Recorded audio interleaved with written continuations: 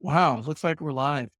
It's been a minute. I feel like that's my intro all the time, but the reality of the situation is, um, I've had a lot of different things change here in the past 6 to 8 months regarding my recording schedule and my ability to record and stuff like that. And so I always feel like it's always a long time between seeing you guys and conversing with you. Today on the Unstuck session, I'm going to talk about what I would do if I had to start over. So this is great for entry level business owners or people that are looking to make a change.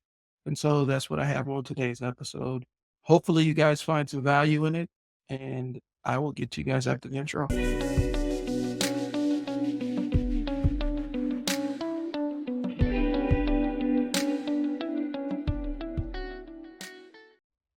My name is Brian, and I run a marketing agency called I Sell Words. I help small businesses figure out exactly what they want to do with their social media and try to steer them towards that point. My experience comes from the fact that I've helped bootstrap a small business, a basketball trading business, and bootstrap that without any really outside funding or anything. And we was bootstrapped up to a growing six-figure a year business. And the idea is we want to continue to grow it. I've used the techniques that I've learned growing my own businesses to help other people grow theirs. I've worked with many different businesses of all sizes in the local area and even some outside of here, and help them find gaps in their marketing where their social media can take over and find opportunities to leverage some big outcomes with smaller budgets. And as the budgets grow, we can have bigger outcomes. And so that's really what my sweet spot is. I am by nature an idea guy. I don't make any secret of the fact that I have ADHD. And so my brain is constantly in motion. And when I say constantly, sometimes it does come into my sleep. So I'll have an idea that I'm working with in my sleep and I wake up ready to talk and ready to reveal what I discovered. And so um, there's a gift and a curse. The ideas come to me rapid fire. I don't always retain them, but I feel like I'm a pretty inventive thinker and have come up with some pretty unique solutions to problems with businesses that I interact with. One thing I'm really good at is helping businesses get started where they can figure out what their initial marketing message is and what they're offering to the market, and all the way down to basic business coaching features of, okay, so now you've done this, now it's time to do this. And so those are the areas that I really excel in as a coach, the business and primary cheerleader, cheering them on and figuring out ways to implement things and get them rolling. If these things sound like things I can help you out with, hit me up for a consultation. You can see the banner. It's mail at isellwords.net. And I can send you a link so that we can go ahead and get started and figure out what our growth journey looks like together. Business from the marketing side of things is actually going pretty well. The biggest challenge is, an ongoing thing is the fact that, and we've had plenty of discussions about my struggles with imposter syndrome and not feeling like I'm enough in terms of what I'm doing, and taking losses really, really hard. So I'm not going to relitigate all that, but it's been a struggle. And I haven't had any major defeats. Things are going so smooth that I'm kind of having this weird thing where I'm like, okay, I'm waiting for another shoe to drop. And it hasn't dropped. And things are going really well. I'm trying to really lean in the fact that things are going well. The foundation's pretty solid. I can add more levels onto the foundation to grow it. So that's what we got. I'm always growing. A lot of times, the biggest bottleneck in my business isn't some external fact. It's my own brain. And my own brain sometimes sabotages me with bad thoughts and thoughts that don't necessarily cleanly align to anything productive or that will advance what I'm trying to do.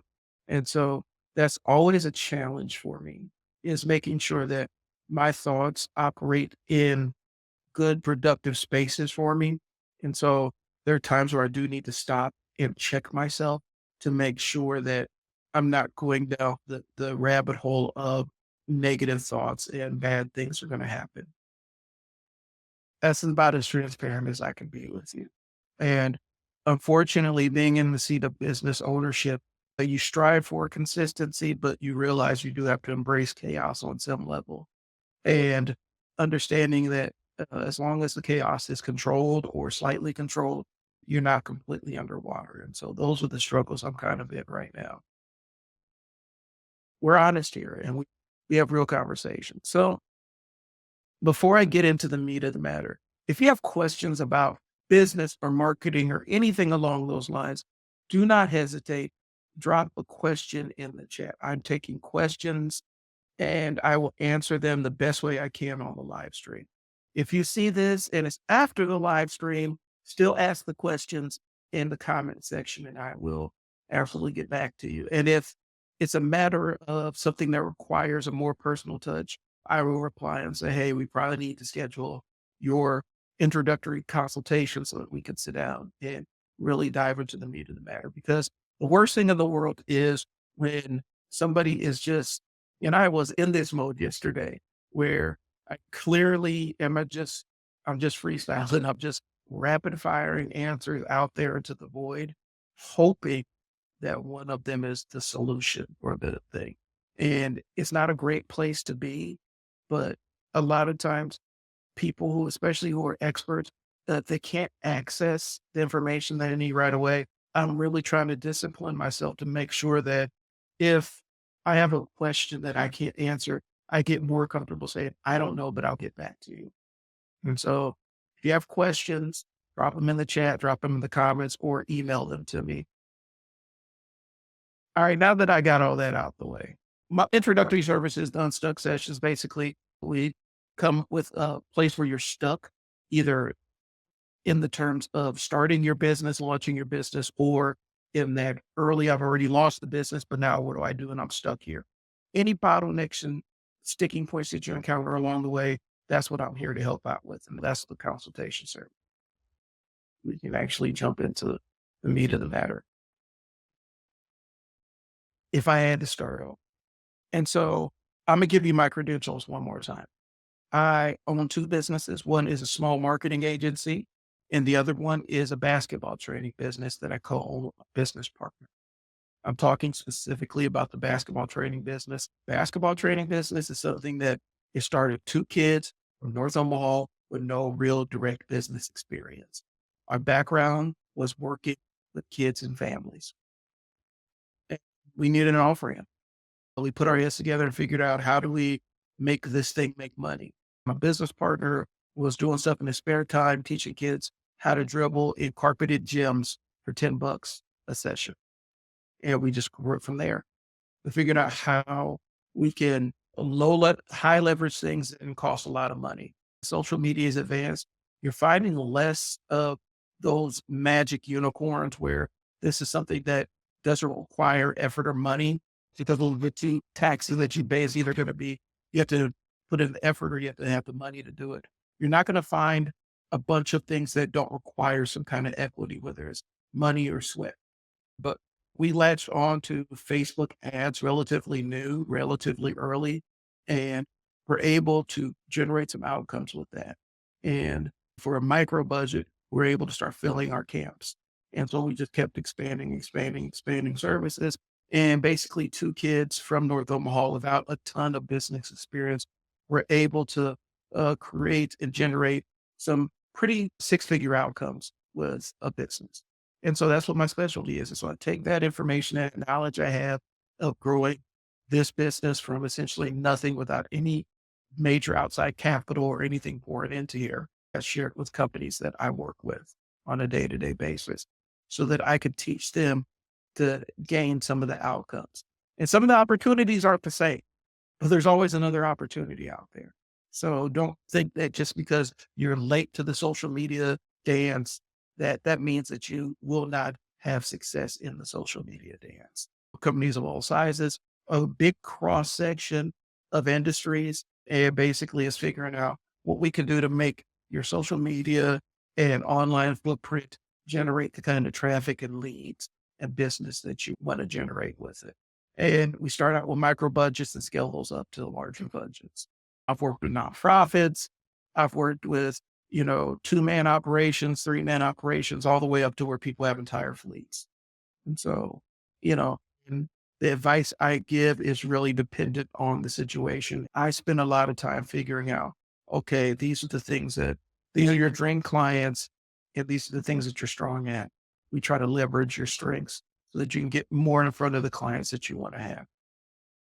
That's my background. Um, Currently on the Bellevue Chamber of Commerce. I'm on board.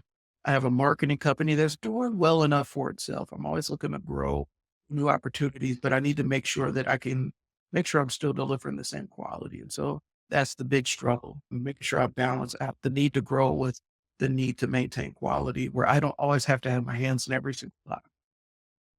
Both businesses are kind of at, okay, so now we need to scale this mode. And so that's why I wanted to, before I get into the next steps with both industries or both businesses, I wanted to do a live stream to say, these are the mistakes I made. These are the successes I had. What would I do if I needed to start over? So I hope I gave enough of my resume.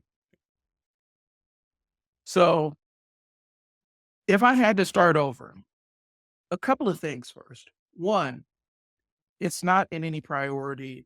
I don't necessarily have a whole laundry list of things, but just from my experience, one of the very first things we discussed is a lot of businesses who think they need a website actually don't.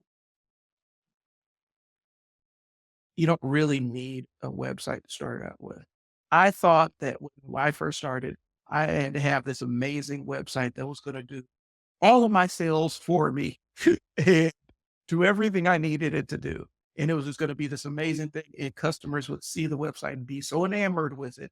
The very first thing I did was I went out, especially with me and coach joined forces.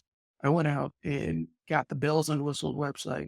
It didn't cost me a ton. I already knew some web design from stuff that I had done. And so it was more of a sweat equity payoff.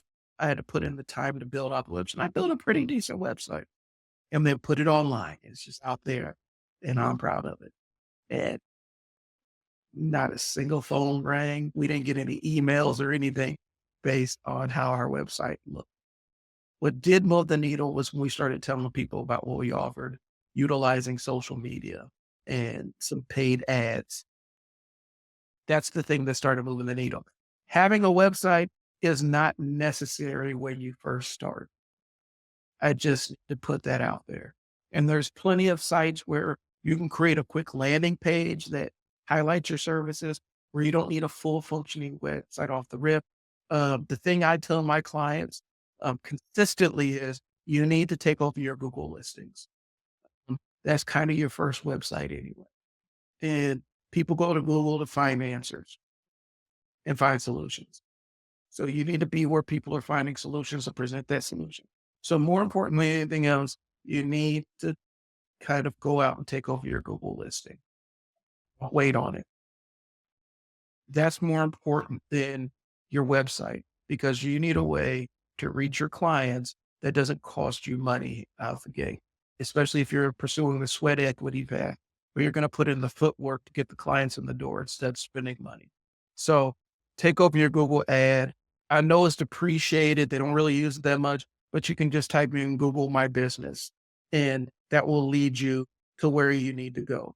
Just go to your search bar, type in Google My Business. You need to be in control of your Google ad for a couple of different reasons. One, you can post your services. You can post two, you can post your phone number, and three, you can post your hours. And those are the things that are vital for your client to make a purchase decision. Website isn't going to really move people until you're surfing, like unless you're selling stuff digitally or selling services digitally, or then you kind of go into the website. But that was the very first thing. You don't need a website to get started. Two, you do need to have an idea of what you're selling. I made this mistake when I first started the marketing company in earnest because at first it was, Well, I'm a copywriter and I write ads for people. And in hindsight, I would have just narrowly stuck with that because I'm a writer and I enjoy writing, I enjoy the written word, but I kind of psyched myself into believing that I needed to scale up into everything. So there were two paths, two branching paths that were available to me.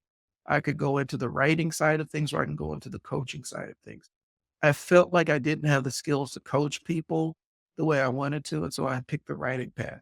I would have taken the skills that I had when I first started. I would have taken the skills that I had coming from managing people in human services at all levels and consulting with them and helping them reach their goals.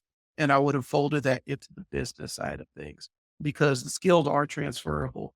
I didn't give myself enough credit when I first started for what I already knew. First thing first, you don't need a website. That's one. Number two, you already have the skills. You just need to know how they translate to what you wanted. And don't assume that you need to instantly go out and try to acquire a bunch of skills without a good sense of what you need to do.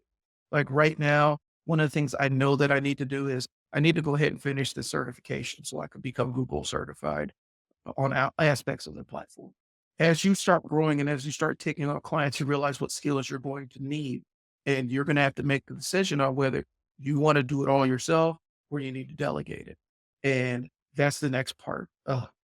If I had to start over, what I would do is figure out what I can offload to somebody else and then build the skill set within myself so I can accurately monitor, supervise to make sure they're delivering what I need. That was a big thing. Delegation is one of the hardest pieces. Um, I mean, and I am, Mr. I'll do it myself. And it hurt me when I was managing staff. It did hurt me because one of the problems, one of the struggles was I would take over things that I didn't necessarily need to take over because it was easier for me just to take over the thing than to lean on them. I would have started with delegation. When I first started my marketing agency, I should have outsourced more or found ways to outsource more instead of trying to learn how to do everything. I learned how to run cameras. I learned how to shoot photos. I learned how to do live streams. I learned a lot of skills that I can utilize. But if I had to start over, just because I know how to do it doesn't mean it's something I enjoy doing. The two different aspects.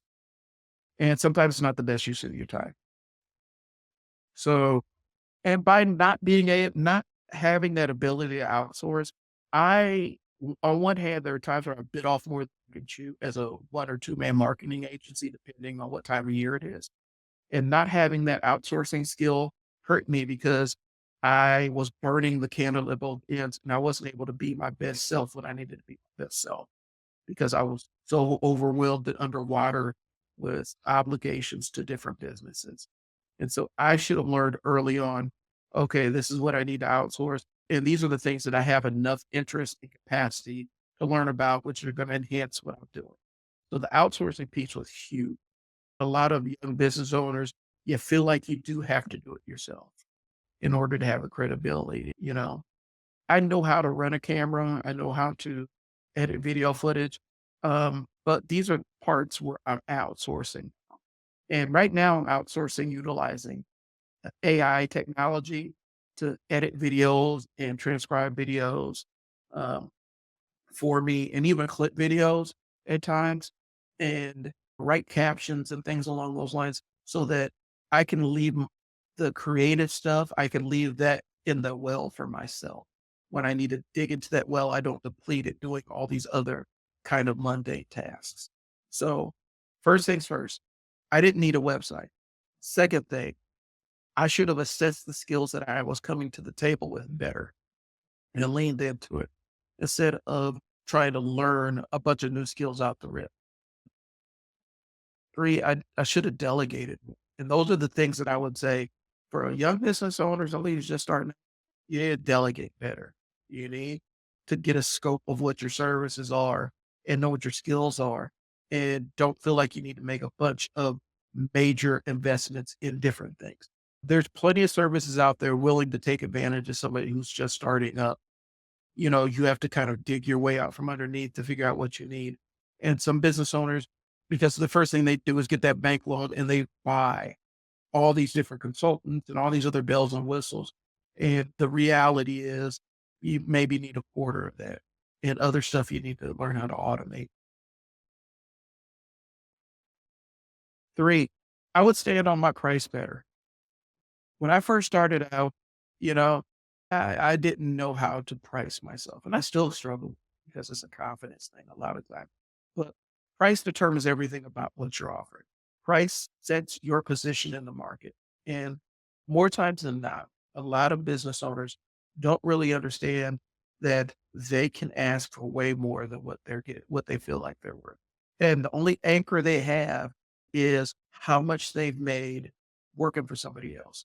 And when you use how much I made working for somebody else as an anchor to set your own prices, you're neglecting a lot of different costs of retaining employees. And so there's a specific cost to maintaining an employee that's not always translated in your salary, your yearly salary. And a lot of times, young business owners, when they're coming over or they're making that transition, they use how much they made as an employee to determine how much they're going to set their services up for. Or even worse, how much they're used to paying as a customer for a specific service, and then use that as a pricing anchor for their own services. And that is something that sets people up to fail more times than not. You do not want to use how much you think is a lot of money to determine your pricing for your services. There is no clean formula to do this, y'all. I'm just telling you, I'm just keeping it buck with you.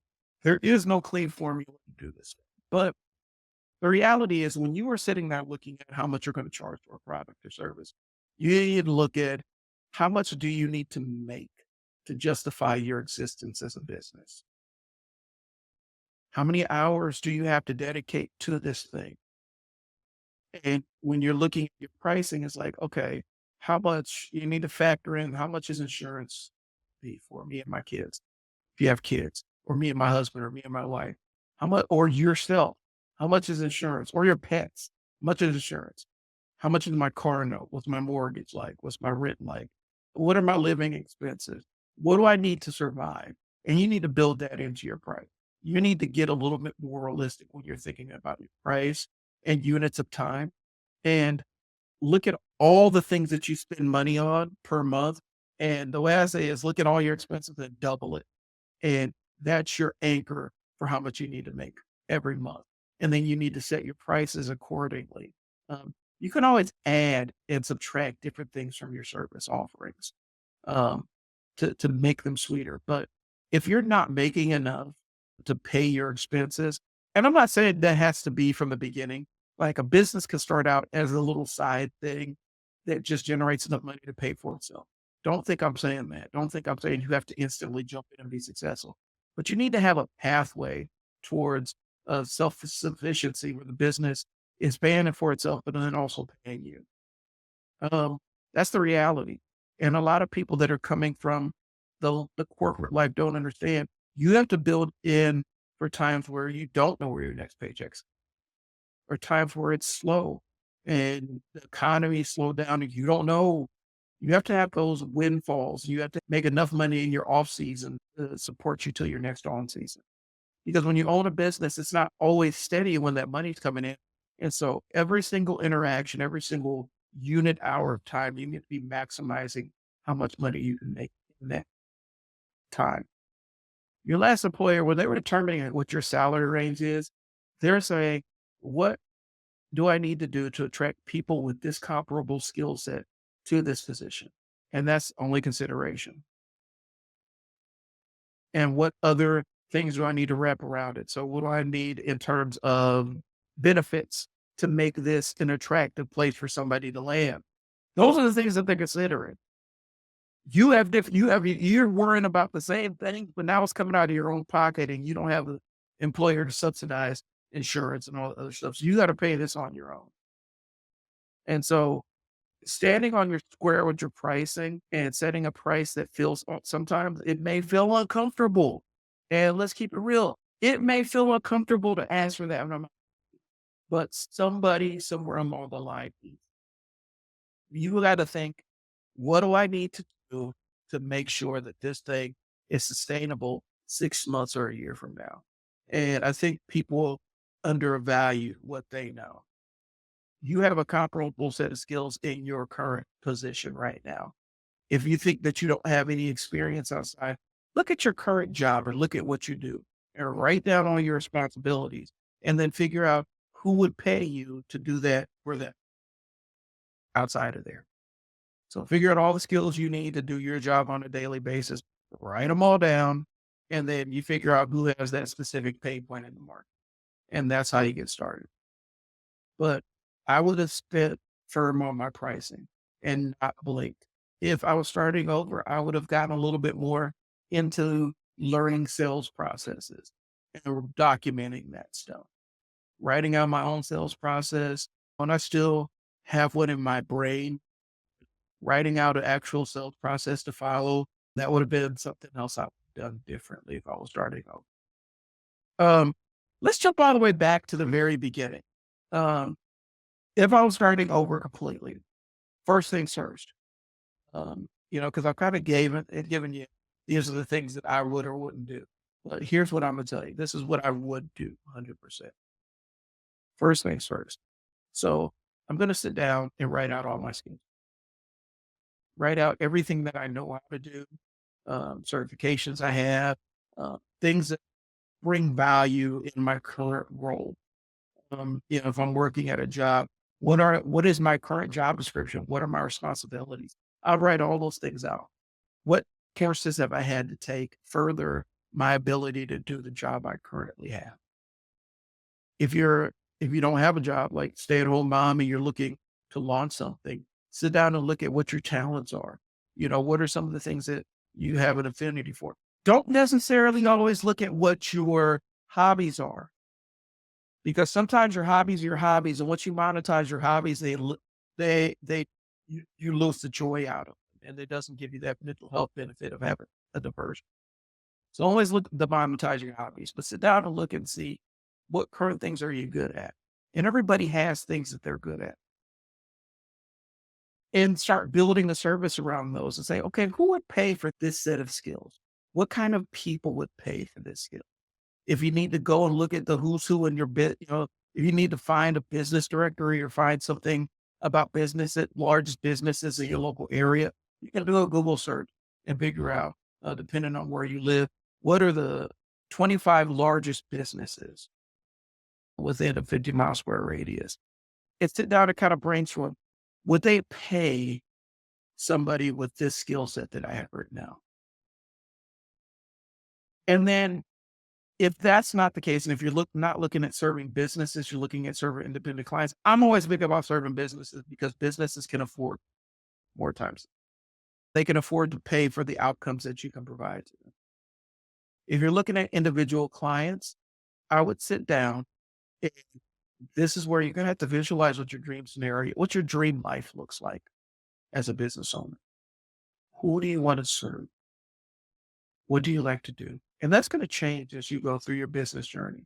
But sit down and figure out who you're going to serve, um, and actually do the process that we call creating a client avatar, where you're actually literally mapping out the psychographics of this client, where you're like, this is where they work, this is how old they are, these are the things they like to do, this is how many kids they have, this is how much they make per year, this is what they, hobbies, interests, likes, dislikes, political affiliations, things that would absolutely repel them from doing business with you, things that would attract. You got to sit down and even come up with a name for this person. Generate an entire client avatar for you. And it's got to be somebody that you want to, the clients that you dream of serving. Because I'm a big proponent and it's something I haven't always done. Life and business will kick you square in the ass and kind of tell you, hey, this is what you need to be doing. If you don't sit down and figure out who you're selling to before you figure out what you're selling, you might have the greatest doohickey in the world. But if you don't have a person in mind to buy it, then you just wasted a bunch of effort. It's easier to figure out what your market is than what your product is because markets and people have needs and wants and desires. and pain points and problems they need solved. So if you can figure out how to solve those problems, then you could design a product or service that aligns to solve those problems.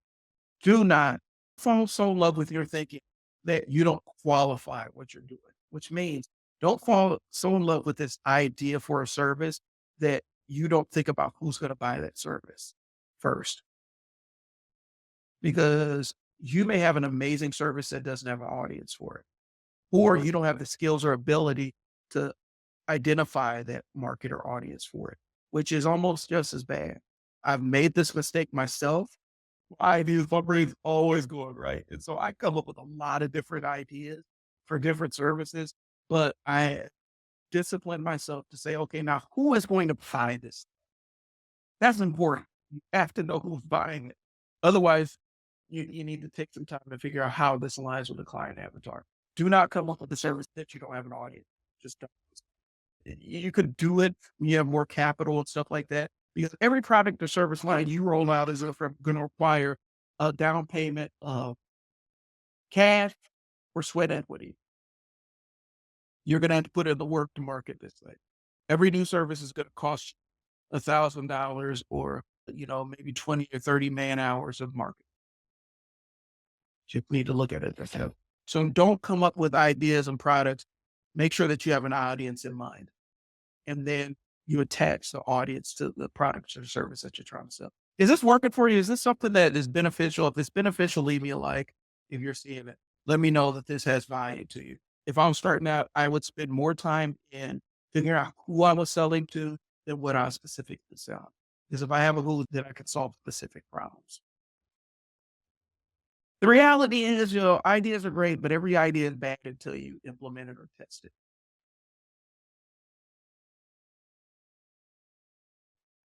A great idea is only a great idea in theory.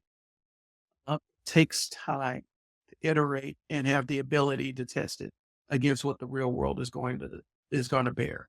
And sometimes we have great ideas that never foment into anything because we don't know exactly who we're selling this thing to. Because once you have a who, you realize how much they're willing to pay to solve their problem. I wouldn't spend too much time trying to identify and learn new social media avenues. When I was first starting out, that was one of the things that was one of the things I did. I tried to master Instagram. I tried to learn TikTok. I tried to do all these things at the same time. Pick one and dominate and learn how to dominate in that space and then expand out. So you have your idea and you have your, I would say now we have the idea of the who. Start asking around, start asking your social media audience, and start using your personal social media to be in the spaces of the people that have the problem that you're trying to solve. So if you have a better bowling shoe in mind, then you need to be informed where bowlers are so that you can ask questions, so you can iterate your product and iterate your idea. You just need to start surrounding yourself and immersing yourself in the places where your clients are going to be so that you can learn what they value and what they don't value. Now, the next piece is you're going to have to decide how you're going to structure this business. Are you going to just do a sole proprietorship? Are you doing the LLC? There's lots of things that you need to learn about the LLC. But figure out what the next step is. Do not just run out and grab an LLC. I know that there's an entire group of people on social media that present LLCs like they're the solution to every cash flow problem that you have in your life. And they're powerful tools and they're really dope. If you're going to do the LLC route, have an idea what you're going to be doing with it. And I would set aside money for your first LLC to pay for legal services to help you set it up. That's what we did. That's something I could recommend. Use legal services to set up your first LLC. Do not just try to legal zoom it. You can if you want, but I promise you, you're going to be heading into more headaches and problems trying to just legal zoom up. What? But if that's all you can afford, that's all you can afford, then legal zoom it up. So you set up your LLC. You have your, okay. So first thing, you have your idea and you have your market, and those two things align. You got your LLC set up. You got the paperwork and got your article of incorporation and all the other stuff that you need for your state. Filed with the Secretary of State. A lawyer can do all this stuff for you. But if you do it yourself, there are plenty of guides online. I am not going to walk through it because it looks different in every single state. But you have your LLC documentation in hand. Go open a bank account which you're under your LLC. Please go open a bank account under your LLC. You do not want to get in the nightmare of commingling your money that you're going to make for your business. That is something that will come around to bite you. So you need to have separate accounting. And the best way to do that is a separate bank account, one that is at a different bank than where you normally bank at, possibly, so that you're not even tempted to commingle funds. I cannot tell you how important that piece is, because when you open up the LLC or business bank account, you're going to put other things, attach other things to it, maybe attach savings accounts and other things, or attach QuickBooks so that you can do your accounting. You do not want to have the threat of, okay, I made $1,000 and now I pay myself $1,000 and just move it over to, no, that's not how that works. So you have your LLC paperwork and documentation. Go to the bank and set up a separate account so you can collect money for it. These are things that I actually did. I didn't necessarily know, but it benefited me. It gave me a framework to do my accounting in a separate place and not have to worry about the shifting of funds and stuff. And having a lawyer and accountant on hand when you're forming this LLC allows you to figure out, okay, am I going to do regular LLC? Am I going to give it the IRS designation of an S Corp or a C Corp and all that other stuff? And I'm not getting into all that here, but they can help you make the best decision for yourself and what that needs. Okay. So you've taken over your Google listing. You've done all the steps leading up to here.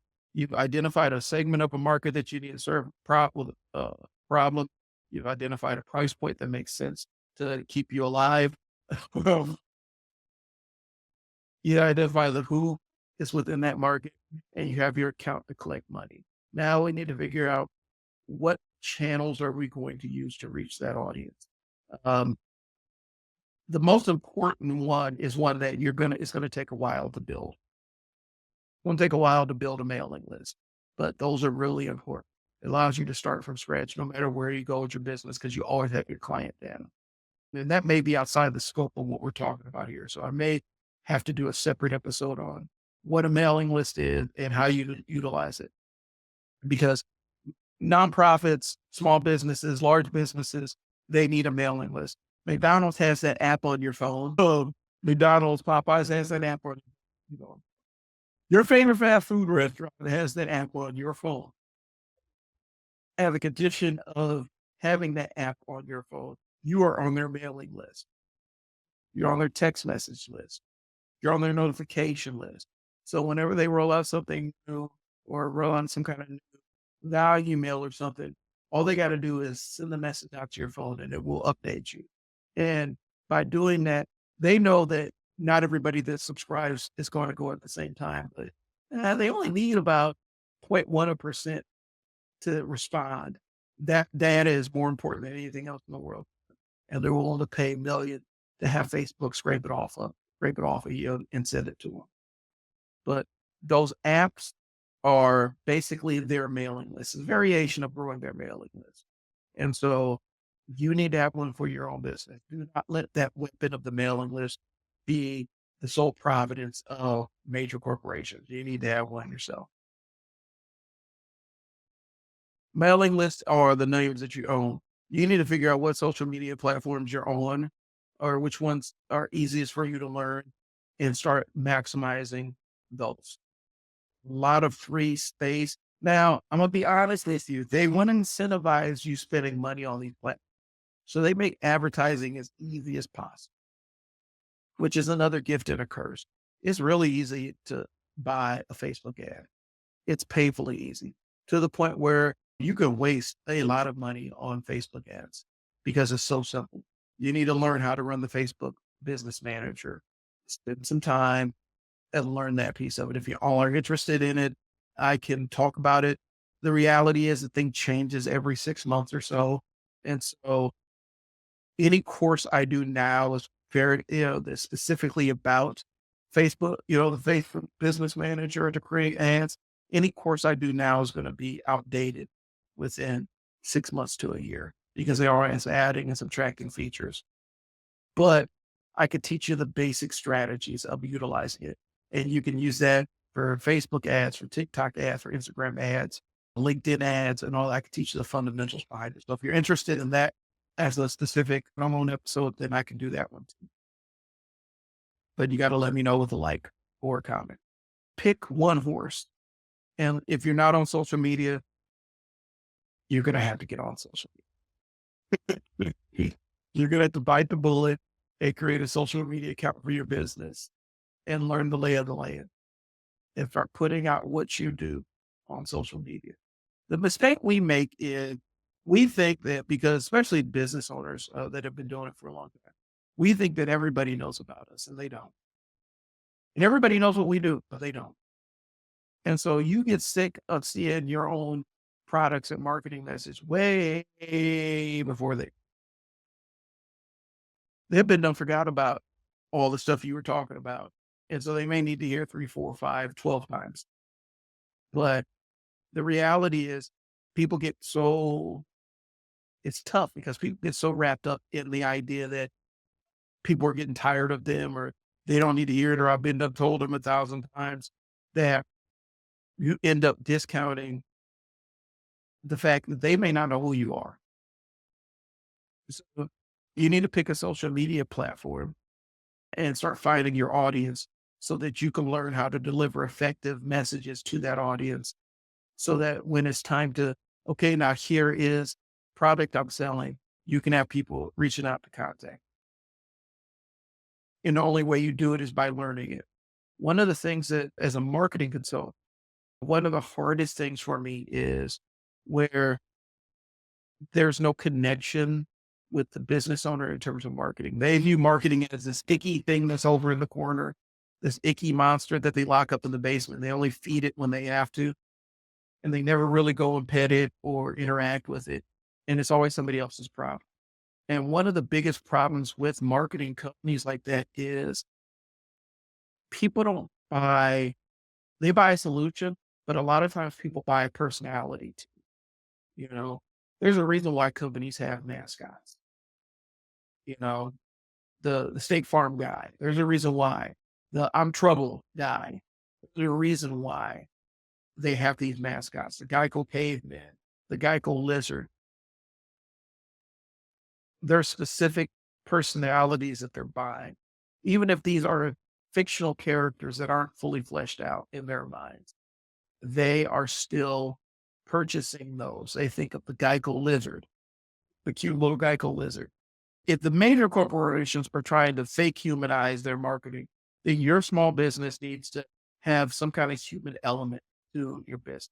People get so caught up with, I need to look professional.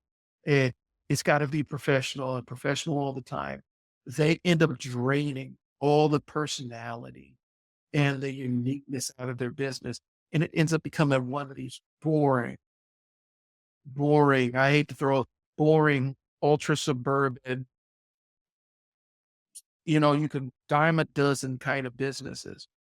When you drain all the personality and all the uniqueness and all the things that make your business out of it, client retention becomes hard because it's hard to retain clients that feel like they're just buying just a bland thing. If they feel like they're connected with you and supporting you and your vision and your imperfect, flawed self, it's a little bit easier of a sell.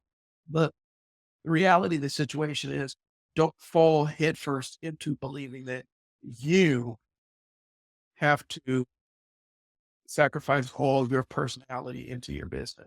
Picking a social media platform where you communicate your marketing message is great because as a marketer, the best businesses to work for are the ones that say, my audience is clearly defined. They push back against me. I had this happen recently where they push back and say, no, this is the audience that I want. Okay, good. I could dial into the audience. The ones that have the idea of who they are and what their marketing message is. And these are the people that align with it. These are the people that don't align with them. Those are the best clients to serve because it allows me to do so many different things with their marketing and speak it in their voice. So get really proficient. If you're just starting out, pick a social media platform and get proficient with.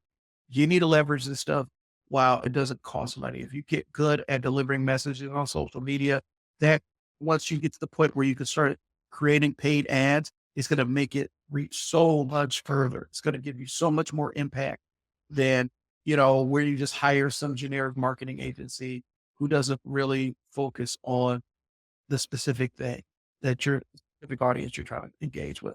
So if I had to start over, or my advice to somebody starting over is you don't need a website. You need to dial in who you're serving and what you're selling. You need to have a business account for your LLC. And you need to pick what channel you're going to use to reach your audience and get proficient at delivering messages on those channels. And when I say channels, a channel can be Facebook, a channel can be email, a channel could be text, channel can be a phone call.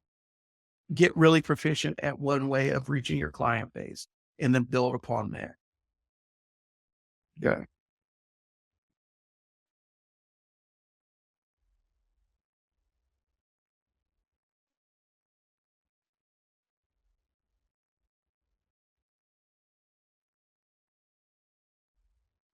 Okay. So for those that are tuning in, my name is Brian. I own two businesses. The thing that makes me uniquely qualified to discuss what I'm talking about is today, because I'm talking about what I would do if I had to start over a business to give some tips to new and aspiring business owners. What makes me qualified to talk about this space is I've taken a small business with no experience and scaled it up into a six-figure business that's growing year over year with a micro budget and basically paying what we could, operating largely cash with no major outside funding or anything else. And I'm using the skills that I've learned doing that to help other business owners create those same kind of outcomes for themselves. I'm a marketing consultant, I'm a business coach, and I can help you grow your stuff. And so I'm talking about what I would do to start over. And if you want to find out more about my business is I Sell Words. I have plenty of videos on YouTube, a good amount of videos on Facebook regarding that. And then the business that I've helped grow is Coachable Athletics. We're constantly growing that one. And then I have a number of businesses around the country that I've consulted with and helped them figure out sticking points in their business growth path. And so these are the things that qualify me to talk about. And I'm gonna be real transparent because this is transparency session here. That was really uncomfortable. I do not like hyping myself up. I don't like necessarily talking about the things I've accomplished because it feels like bragging, but it's not. And I have to get through that piece of it. This is what the Unstuck Sessions is to help me grow as much as y'all grow. So we talked about I gave you some tips and they're not all inclusive. And I can always circle back if you have any specific questions regarding what I would do if I was starting over as a business owner. I'm still taking questions. You can drop them below. Now we're we've gotten past all the inaugural points of getting business. Got a couple of clients and we're servicing. We're doing a lot of the work ourselves right now. We don't have a lot of systems in place to make our lives easier. So now what do we do if I'm starting over? So I'm at that point again where I got clients and it's not enough to pay the bills, but it's enough to make the business, to prove the concept of the business, to prove the concept. What do I do? First thing is I'm going to sit down and look at what my goals are. Really try to get specific and measurable with those. That's something I did not do. I just had this general idea of what I wanted to do, and that's what I rolled with. And that wasn't as beneficial for me moving forward, it didn't help me grow. So that would be one of the very first things I did in that first, where I have my first class is I need to set the more measurable and specific goals for myself and give myself the grace that if I don't meet those goals, I will meet them as long as I keep hacking along and keep going along that path. I need to figure out what skills I need to acquire and what skills I need to outsource. And that piece of it comes once you start looking like, okay, I can't do all this by myself and I need to grow this past being a one or two man operation. I need to let go of some of this, but I need to understand and have a good foundation of what skills I need to acquire and what skills I need to outsource.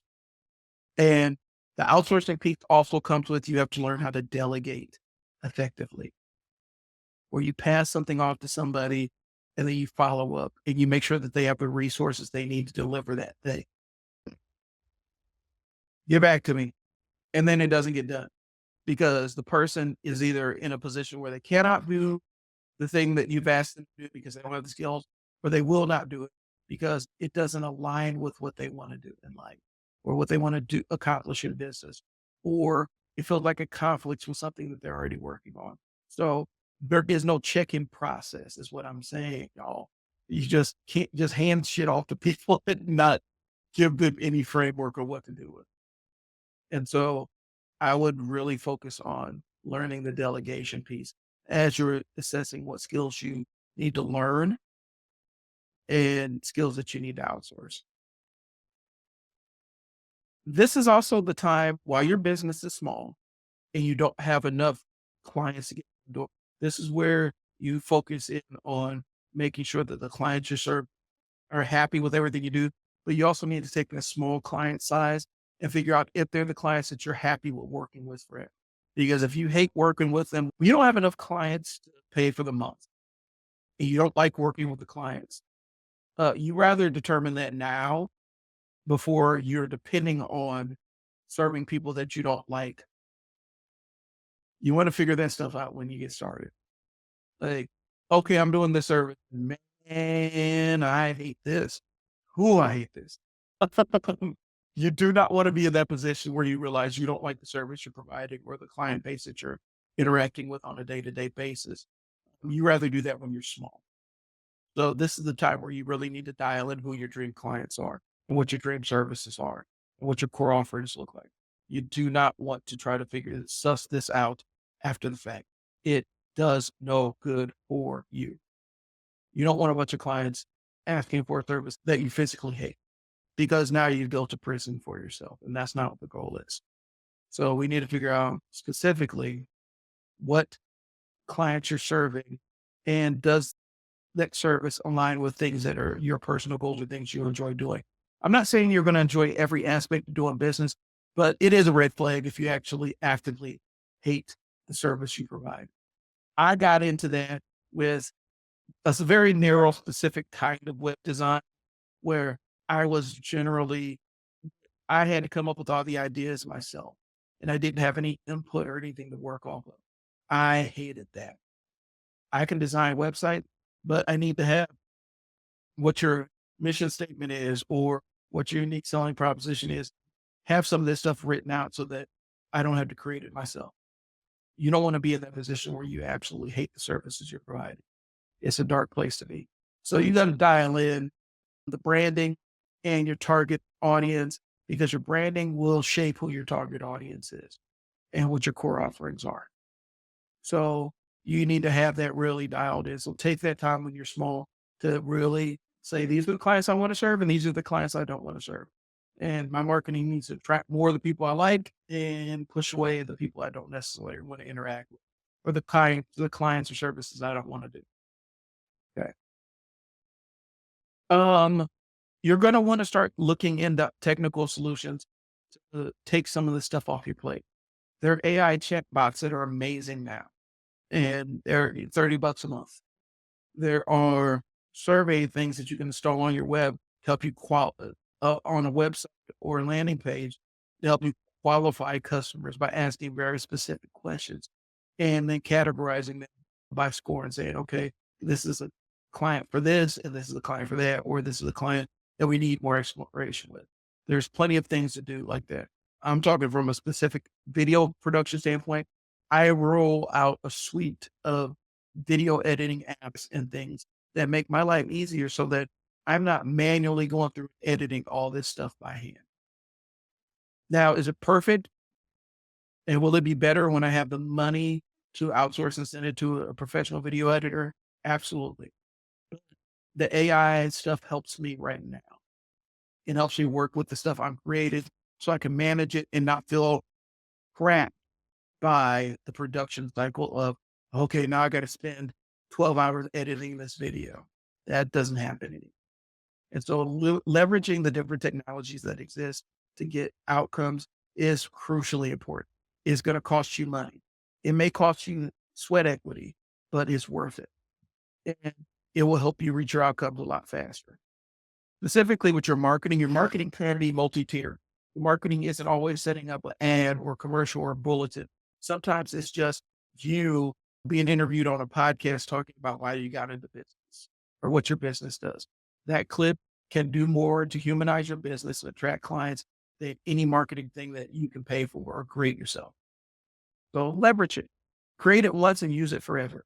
The best marketers I've seen, and this has saved me a ton of time creating Google ads and stuff, is I have an entire worksheet full of for every client. I have um, worksheets that have different headlines and descriptions and all that other stuff and images that I can dig into and slap them together in different ways and different formations and just test, figure out which ones work the best and make those your templates and build off those and ride it till the wheels fall off. And then once the wheels fall off, you Flintstone it and you carry it. But you make something that works, you test it to make sure it works the right way, and then you just keep delivering it over and over and over again until it doesn't work anymore. And then when it doesn't work, you take it back to the drawing board, figure out what's changed, and then you update it and roll it right back out there. You do not have to try to keep iterating 1,000 different things. But utilize technology. I was talking to a friend on Facebook, and I'm not lying when I say that AI tools save me almost an entire day every week worth of editing and working on something. And I'm not talking about 8 hours. I'm talking 24 hours of video editing and clipping and all that other stuff. It's a godsend. And so when you're able to find tools that save time like that, that's more valuable than anything else because the engine that drives your success is always going to be your brain and your reserves. Even when you've outsourced most of your business, your ability to think and see things and see opportunities for yourself clearly is going to be the thing that takes you to the next level. So don't burden yourself with that kind of stuff all the time. Don't feel like you have to outsource whatever you can. Networking is huge. The thing I would have done before I got into networking is I didn't start figuring this out until late in the game. I'm talking about 2 years ago, where I clarified what my offering is. Because when I first started, my offer was a jumbled ass mess, and it still is to a degree. But at least it talks about specific pain points and problems I can solve for businesses. I can help you get started with podcasting. I help you get started with email marketing. I can help you get started with Facebook posts, or help you get started with Instagram posts. Um, I can help you get started with video content. These are different things that I can absolutely do for you. And they're going to check a box for somebody somewhere. Really focusing on that delivery piece and how clear that message is was super important before I went out and network because all I did was just confuse everybody in the room. But the other benefit of networking is it puts you in direct contact with the people that sign checks, other business owners, and you get a chance to see how they see and perceive things. Now, to keep it real, my goal one of these days, I would love to do a business networking group where it's a lot less of the pretentious stuff and let's talk about real issues that business owners encounter. Loneliness, the imposter syndrome, figuring out how to be the best for your employee and the best for your family and balancing those things. These are conversations that need to be happening in business groups. And I haven't necessarily always heard. And so I think that's something that needs to happen. But to get started, getting out and networking with the decision makers is really important, especially if you're running a service business. Like if you're cleaning cars or something, you're directly in contact with the person that decides who gets paid and what vendors you take on. That is more powerful than calling around and talking to the assistant of the assistant of the assistant because they have no loyalty to anybody. They'll just go to whoever did the service for the cheapest price. So you want to build that rapport. And the only way you can do it is being seen face to face and interacting with them in a networking group. I'm not talking about networking market where we always have to sell stuff to people. I'm talking about networking where you're actually going in and introducing yourself and presenting your business and you're making yourself visible to other business owners. So support, especially if you're starting out, you don't have the web page and all you have is business card, you need to be out network. That's a high leverage opportunity. Once people start to get to know you and trust you, I don't want to do this. And you're in the room with the owners as opposed to calling somebody's receptionist or where they filter through. So those are the things I would focus on getting out and figuring out networking to be in and just go in and listen to how the business owners talk for the first couple of episodes. It's really impactful and really powerful, alter the way that you see business. It changed my perception of the price and how I price stuff because it's like, if I have a price, the price is immaterial as long as I can solve the problem and they have the resources to pay me. Price is immaterial. And so it puts you in those kind of mind frames, puts you in direct contact with people that make decisions. If I was starting over and I survived my first 6 months, I had my LLC built, I had my bank account started, I had my client avatar lined up, I had my product in sync with who I was selling to, my social media channel set up, I have my Google business thing set up. I have all these things set up. The next part is I'm going back and looking at my goals and making sure they're clearer and easier to follow.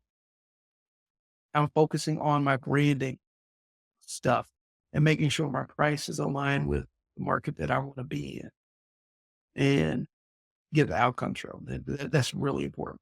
I'm leveraging technology to help me out with my marketing piece of it.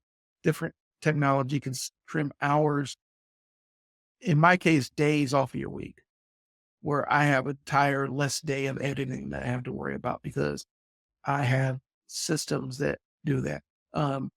Opus Pro, OPUS.PRO, and Descript is DESCRIPT, I think. It's basically D and script like movie. Those tools have been invaluable to my video workflow. They've done so much for my video workflow. It's trimmed hours out of my day. And then utilizing ChatGPT to go through the transcripts and create summaries for me so that it's still my words, but it's just formatted in a way that makes cognitive sense for people. These tools have been amazing for my business. And I'll explain what they do. So Descript it's almost like it's a video editor. You don't need to have anything else. I do my rough edits in it, and then I transfer it over to Premiere Pro and do my color correction and all the graphics to make it look great. Descript, you can do all that stuff in it. I'm just used to Premiere Pro and Final Cut. But Descript, basically it takes the transcript of your video and makes it into a Word document. And by making it to a Word document, editing it is as simple as editing the Word document. It's a game changer because and then it will automatically, you can tell it remove all the ums, ahs, and there's another AI tool that allows you to change things around and create chapters and show notes and all that other stuff. But it's a game changer when I'm utilizing it. Descript is amazing. And I'm going to go ahead, go to the website so you can see what it looks like. Descript is an amazing video editor. And really, it's the only one you need. You can have the more advanced ones, and As you get more complex, things get a little bit more complex for you. But it's an amazing little video editor, and I can edit stuff really, really simply. So even when I get done with this live stream, I'm gonna download it and drop it into Descript, and it's gonna transcribe it and get it ready and get it prepared for me to do edits. And it's gonna take out the undoubtedly thousands of ahs, and repeated words and weird gaps that I have in my normal speech pattern. But it's a dope, dope little product, and it's pretty much AI driven now. It allows me to do things that I couldn't normally do and edit pretty quickly. So I'm going to share my screen here. I'm going to open up Descript so I can just kind of show you what it looks like. So let me go to the live stream that I did. It's going to pull it up. See here, see the video, me in coach mode, and here's the script. And as I want to change stuff as I want to edit stuff and move things around, I will edit out pieces of it. If I don't like a specific word, I can just edit it, and it edits the video at the same time. I don't have to do anything else. And then I can edit by ear and not by sight as much. So it just helps me out a ton. But yeah, it's called Descript. It's worth getting. And then the other one is Opus Pro. And here's the thing. This stuff costs money. I'm not even going to front this stuff. It is cheap, but it's not free, I should say. Opus Pro is another one that's dope. So, and I'm gonna share my screen with you to see that. These tools help me. These tools can turn somebody who barely knows how to operate a camera into a pretty decent video editor, pretty quick. So once I get everything edited up in Descript, and get punched up in the extra unnecessary step, but it's one I use. But once I get everything punched up, edited, and ready to go, and I'm ready to have videos that I post them to my YouTube channel, post them on Facebook and LinkedIn or whatever. And then I'll take them to Descript. In Descript, share.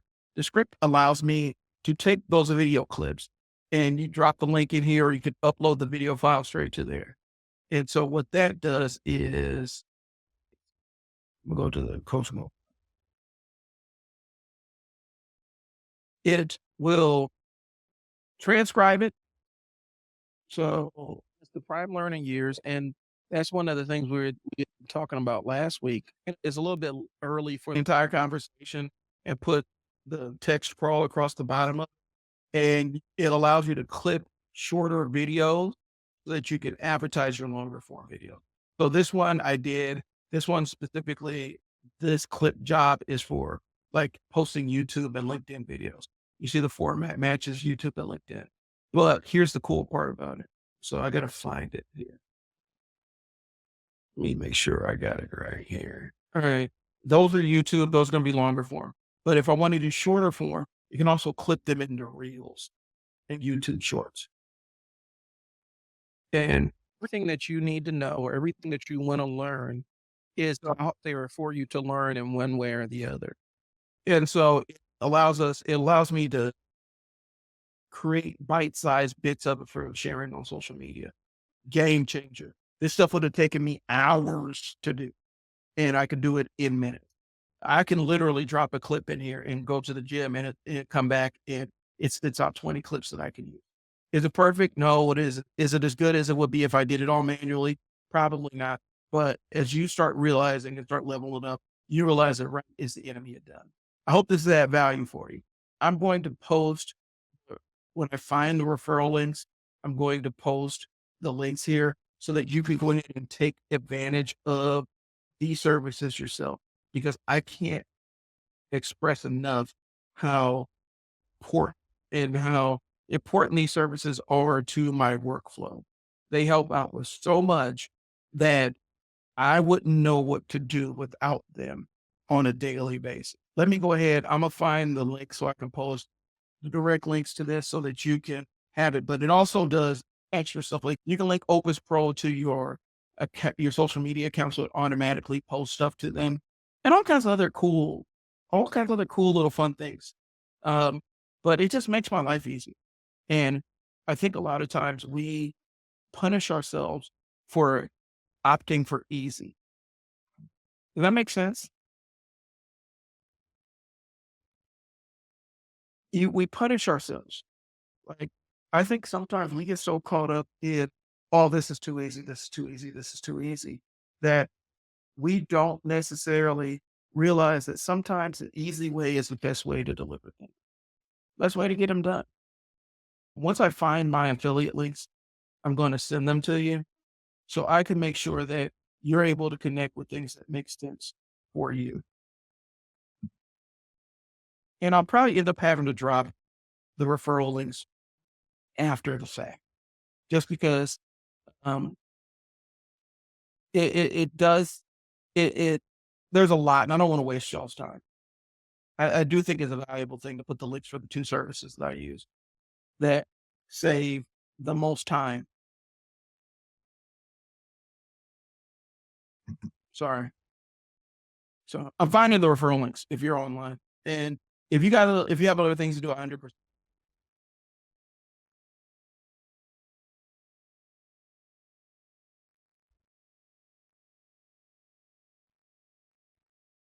But yeah, that's what I'm doing. I'm looking for the links so that I can put in the AI tools that I use to spit out videos. But if you just want to jump in there, it's opus.pro. But giving you the referral links allows you to take advantage of any discounts or anything.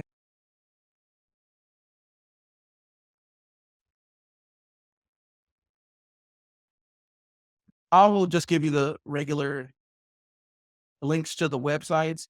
And then if I find my referral links so that you can get some discounts when you first sign up for services, I will send them your way, and I'll put them in the show description. And so that you can kind of see it in the place to refer it, a place to get started with your clients, bro. That's what the most important piece is. I think that a lot of times we see these things as barriers and hindrances for us to get rolling on our social media, on the social media side of things, that we don't we don't take advantage of things, and we don't take advantage of things that make our lives easier. Okay, I got the referral link then. And so we see that we punish ourselves by always trying to do things the hard. Well, this is my way of showing you that it doesn't have to be the hard way. I can do it the easy way. So for Opus Pro, this is the thing that clips my social media and makes my life a bajillion times easier so that I can create smaller related videos for my content and I'm not double dipping on content all the time. That's what that is. That's what that is. Other one is Descript. If you like the video conferencing software I'm using, it's uh StreamYard. And StreamYard's pretty simple. It allows me to stream to all the major platforms at the same time. So I didn't mean to get off on this tangent, y'all. I really did. What I wanted to do was I wanted to discuss the things so that you don't have to feel burdened in doing things the hard way. Don't get addicted to doing things the hard way. That was a big barrier. And find the things that make your life easier. Now, I'm going to do a quick recap here so that we can wrap this thing up. Descript is the video editing software, the primary one that I use to make my primary edits. You can utilize it for your full edits. So I'm going to drop that. Heads up with Opus Pro, I do have a referral program link. So I do get a commission on that. But it also, I think it plugs you in with a bunch of discounts to get started. And Descript is right there. So these are the two things. Opus Pro is for my short form video content to longer form content. It just clips it. It's my clipping software. This is my editing software. So I do the edits before I do the clips. That's what I got. All right. Let's recap because I've been on here for almost 90 minutes running my mouth. So if I'm starting over again, I would absolutely not get a website to start out with. I would take over my Google listing or create one for my business. I would make sure that I have my LLC or doing a sole proprietorship. Either way, have those registered and created. If I'm doing the LLC, I'm having a separate bank account set up for that LLC. So I have a container to put my money in. I'm making sure that I'm taking time before I create services. I'm making sure that I have a client to sell, making sure that I want to sell to those clients on the front end. And then I'm launching. I'm making sure that my price point covers, make sure that I'm not spending more than I need to deliver the service. And eventually, at some point, there's going to come a threshold where I reach a specific amount of clients. I'm able, where the business is paying for itself, and then I'm able to start paying myself in the business. So I'm taking real time to dial in my pricing to make sure it meets those goals. Um, I get through the first year. I got a couple of clients. I have my price point.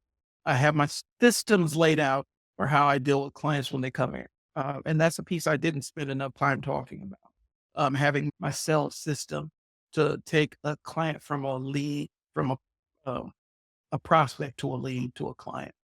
That's going to be another episode. I don't want to burden it with it. And that's pretty involved. So that I don't want to shortchange that one. That's an hour long conversation by itself. But I have my system. Now I'm moving ahead. I'm in my first 3 to 6 months. Have a couple clients. Now I'm looking to kind of scale this thing and make it so that I'm not the only person doing it. And so now I'm going to sit down and really look at what skills I need to grow, what skills I want to grow, what skills I can outsource, and figuring out what I can put on somebody else's lap and how to effectively delegate that so I can keep track to make sure they're doing. I am also figuring out what resources I need to apply to gain those skills. If I need to hire somebody to teach me, if that stuff's available online, I need to figure out what the time investment or the money investment is going to be in order to attain those new skills. I'm going to sit down and look at my goals and make them clearer and more measurable and more deliverable because, no matter where you are, as you get more experience, you can more clearly define your goals. And so that gives me a target to shoot at. Um, I'm going to make sure that my marketing and branding is dialed in to bring the kinds of clients that I want to serve, doing the kind of business that I want to do. You're never going to love every aspect of your business. There's going to be things that you don't like. Ideally, once you get to a certain point, you can offload the things that you don't like. But if you don't like the fundies of your business, the fundamentals of what you do on a day-to-day basis, you're in a world of hurt. You hate your business and your clients, and not hate your clients, but hate serving your clients. You're in a bad place. And I've seen businesses get caught there and they never emerge from it. It ends up becoming a trap that you hate. Leverage technology. The tools I use to create content and edit videos are down in the links. Figure out what tools you need to deliver your stuff better and more quickly. I'm not talking about a work day. I'm talking about 24 hours out of my week of video editing with the softwares I have listed below.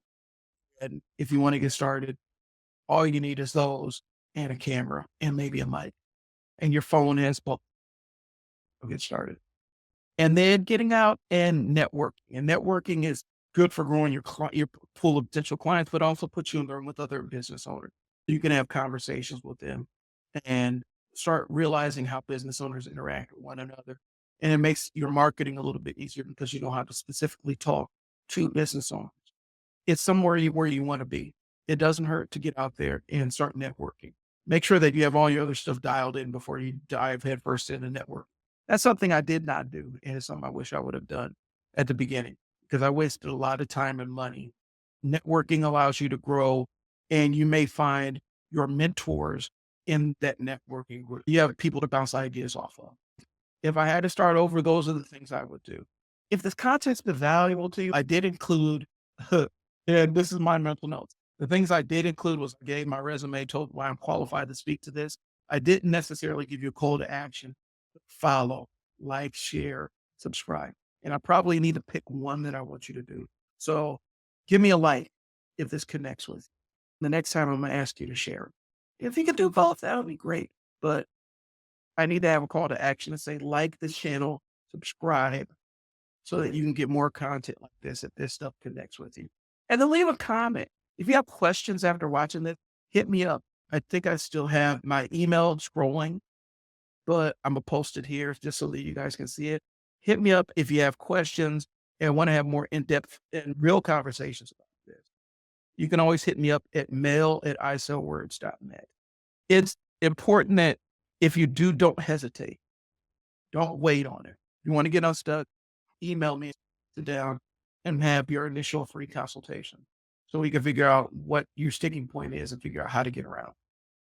That's all I got, guys. I do appreciate y'all's time.